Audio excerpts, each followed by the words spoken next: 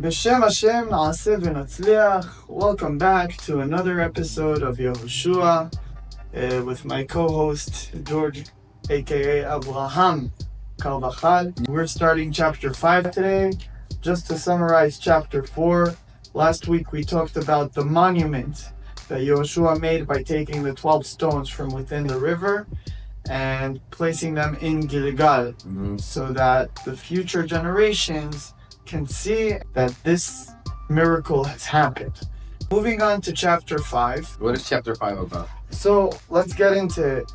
It starts off with all the Amorite kings, all the Canaan kings, all the non-Jews, all the Gentiles that were inside Israel. They heard that the Jews have crossed the Jordan, and from being outside the territory of Israel, they are now inside the territory of Israel. Right. And what was their response?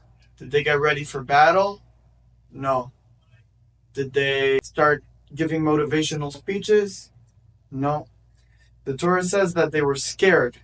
They lost all their spirit. They were struck with fear, which is good news for us. Hope that happens today too. At that time, Hashem Yehoshua, he said, make sharp knives for yourself and circumcise all the children of Israel. Why were they not circumcised until now, you might ask? It means that all the children who were born in the desert, because they were moving from one place to another, and they were afraid that they might not heal properly, they didn't get circumcised. It was dangerous in the wilderness. They were always on the move, so they didn't circumcise throughout the time that they were in the desert. And not just that, also the Pesach offering for the holiday of Pesach was not given except for only the first year, because of the same reason. People that are not circumcised were not allowed to bring forth the offering. So what did Yehoshua do? He made sharp knives. He circumcised all the children of Israel at once. And this also goes to show the bitachon that the Jews had in Hashem. They were now in enemy territory. And after circumcision, they would be weak. They would not be able to properly defend themselves. Right. However, they trusted in Hashem. They said, if Hashem says that, we're going to do it, and no one will attack us, and we have nothing to fear. Also, a good thing to point out is all the people from the previous generation, all the Jews that have left Egypt and experienced the Kriyat Yam Suf, the splitting of the sea, and were in Egypt as slaves, they all died in the wilderness. None of them made it into Israel. Their children made it into Israel. And how come? It actually has to do with this week's Parsha. I was also reading this morning about it, and it said that they sent 12 spies. 2 of them were Caleb and Yehoshua, Nun. Mm-hmm. They did go for 40 days and came back. But they died in the desert. Right, so they all died in the desert. Right. So they got circumcised on the 10th day of Nisan, a few days before Pesach.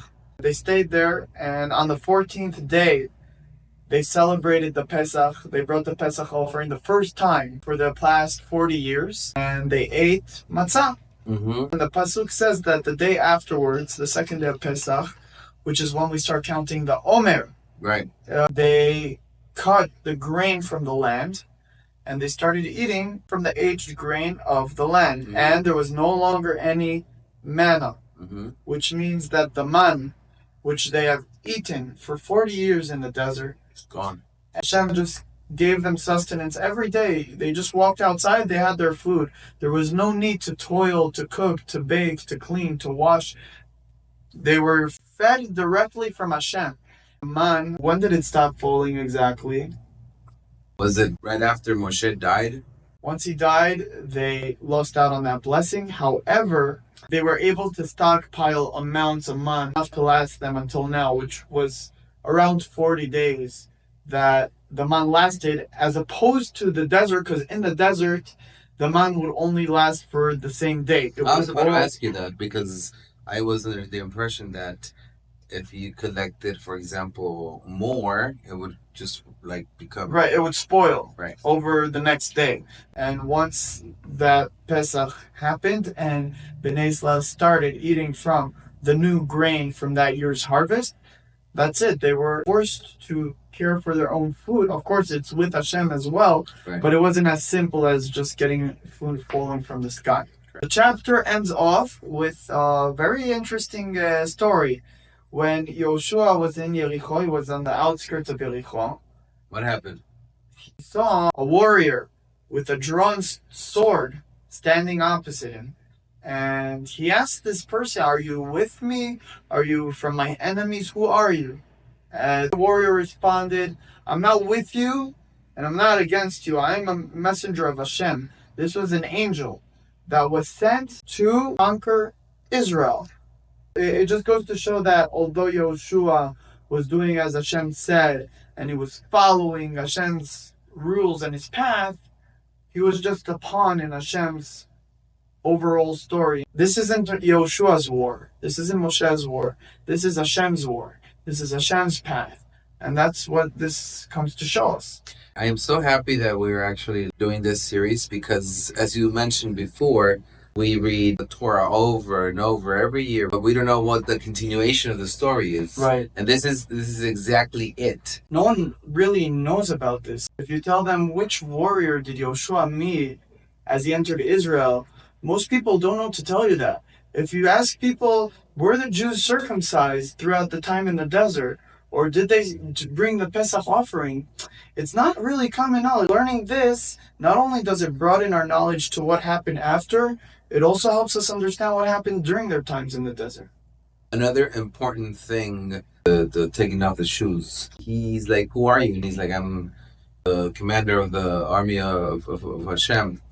And he takes off his shoes just when Moshe is standing in front of the burning bush. Right. And he also takes off his shoes. Right. That's how our chapter ends off, where this commander, this angel, tells Yehoshua to take off his shoes, for the place he's standing is holy.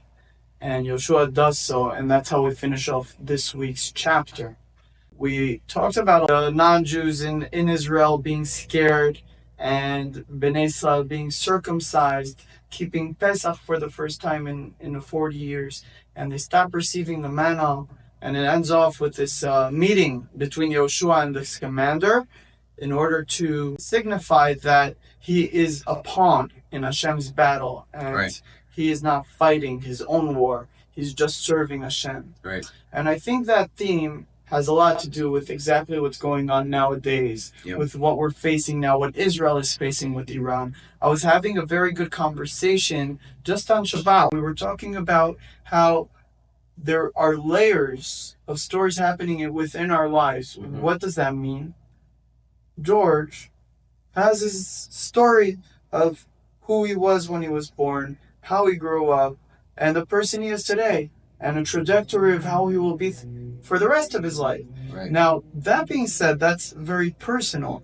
I have the same thing, and every viewer does as well. We have our own life, what we were born with, how we grow up, and how we move forward. Besides for that, we have influence, and we get influenced by our surroundings. So we have our community, our friend circle, and it's maybe a 5 or a 10 or 20 person group, which is a layer deeper into, like, you may have a smaller impact, but you are some ways pushing 10, 15, 20, whoever that close circle to you is, in a certain direction. And you are also being pushed by people in that direction. Right. You have communities of 100 people and 1,000 people, and it goes deep to the nation of the Jewish people, Right. the state of Israel. And these are huge plots and plans and stories where there are people playing in those arcs and those layers. For example, Benjamin Netanyahu or Donald Trump, where a word or a sentence that they say, a command they give, it changes the role of thousands of people. It changes lives. Right. We all have a part to play, also in our own personal life and also in the bigger picture. And we can see that through this parsha when Hashem reminds Yehoshua, you may be leading a whole entire nation, but you're just a soldier for me. Absolutely. And We all are. yeah, we all are just soldiers. And when you realize that, it kind of gives you peace of mind to know that That somebody's got your back. and there's a bigger picture, and it takes off the stress, it takes off the pressure of having to perform on such a high level. I feel like also when you understand that you are where you are because Hashem decided to put you there and He has a story to tell, and you're just playing that role in that story, it gives you the opportunity to play your role in a much better way. Absolutely. Because when you know there's a director and you can follow the cues, you do a much better job of making your role. I like that. Yeah. I'm just an actor in a big movie, the movie of Hashem, and if that's how the director wants it to be, you know, it takes off pressure from you. It's what we say, Az yemale sechok pinu ulshonenu rina. The day will come, our mouths will be filled with laughter. What does this mean? When Mashiach comes, Hashem will reveal to us the spider webs of each and every one. How are you saying this? Yeah. And how his life played an effect on other people's lives and how everyone was entangled, but not really entangled. Everything was a beautifully orchestrated symphony. For an ultimate purpose. Exactly. And once it will be revealed to us, we'll just smile. It will be beautiful to see how big and how great Hashem is. That's enough for today. For next week, we'll continue with chapter 6, where we actually go on and we talk about how Bnei Israel start and conquer Yericho. We talked a few chapters ago, how they sent the spies out and how the spies went inside Yericho and Jericho and they saw what was happening. And this following chapter, we're going to get into the nitty-gritty of it and see the beautiful stories that Yehoshua has to follow us. Beautiful. Until then, thank you so much, Avram, for hosting with me. Thank you for coming, brother. It's always a pleasure having you here. You bring a lot of kedusha to this place. I want this place to be a holy place and a place where the conversations that happen here are all about Torah learning. Once again, having you here, it's a big pleasure, brother. I'm honored. I'm respected. To many more. All right.